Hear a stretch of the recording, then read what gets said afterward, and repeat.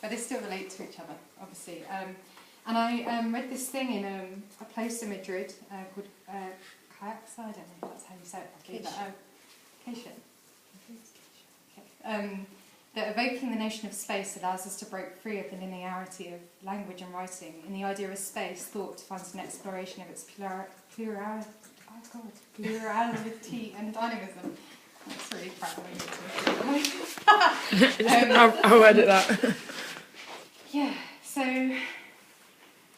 I started here and with these paintings here, and then I started to think about obviously the chairs, but at the same time I was thinking about these screens. And what was really interesting about the chairs was about playing these different interventions and thicknesses of thread. Like, this is really robust compared to this, which is quite fragile, and you would think because I've got larger I might do the other way around, but that's not the case.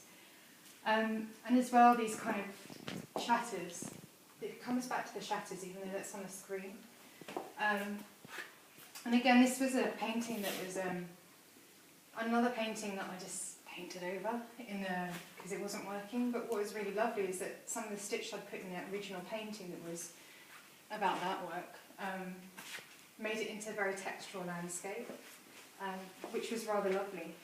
And these chairs were also, again, my problem with perspective made these very difficult for me. I kind of got there in the end, but and the importance of the red and the white and the ways that they kind of intervene differently. And you can see some of these chairs now. And some of these works go into larger works, but they're also individual works in their own right. They're my way of drawing and investigating space. What I was going to say about this idea of materiality of the thread is that this thread here, this silver thread here, is impossibly delicate. It's like a cobweb. And I have to use a tiny, tiny, tiny, tiny needle, and I have to knot it about 6 times. And I have to be really, really careful about how it's pulled across that surface, because if it snags, it becomes immediately broken. And so it takes a long, long time to do, and one line at a time takes an awful lot of time.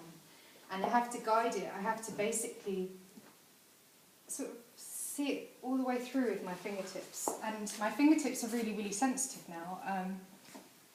I can feel things very, very much, the difference between one texture and another, and also where things align, even because I have to be really careful that I don't puncture this too early, because once that puncture's happened, I can't undo it, and then it's ruptured the surface of the canvas. So I kind of feel my way through these spaces, and also just even the way that the angles are. It's like, are these all connected? All these spaces are connected, and also what about the void underneath, and what is that void and what is that space? I have to make millions of knots, and you can only sort of do this much thread at a time before it gets too complicated. And so I move this thread into sort of security and make it taut, and make many vanishing points. And I do things like make rules, like this one I would only stitch silver until I ran out, and then blue, and other times it doesn't matter and I just do all of them at the same time and it doesn't matter. But sometimes just those kind of little ways of setting rules is, you know, just seems important. And then creating differences between this kind of, this texture and this texture, the flatness and the glossiness and the mateness are all really interesting ways to play with the space, really. And these are all screens, these ones. There's a screen here, and here, and here, and here. Well, in all of them, really. And the screens, yeah, they're about, I hope that was separation and boundaries, and they're also windows. And they're about physical and psychological spaces, which is something that's all my work has been about, really. And the confounding distances and places, and the seen and unseen, and the unfolding of space and time. Within the tension and lines, there are ripples of movement that appear here. Between flatness and solidity, there is texture, fragility, and movement, and you're not meant to be able to understand them easily. It is complex. What is this space? I found the possibilities of this fascinating, and it takes me to new unexplored places, and it's limitless. And the paint as well. You know, I sort of find out so much about these paintings from doing this talk, is that paint for me, I guess that whole thing where I kind of lost the paint and I didn't know what to do with it, it's about kind of masculinity. And I really liked puncturing that masculinity with my needle, and making it quite feminine and taking it over and saying these two things coexist and one does not exist without the other, really. I like to play with those possibilities and unravel them all, really.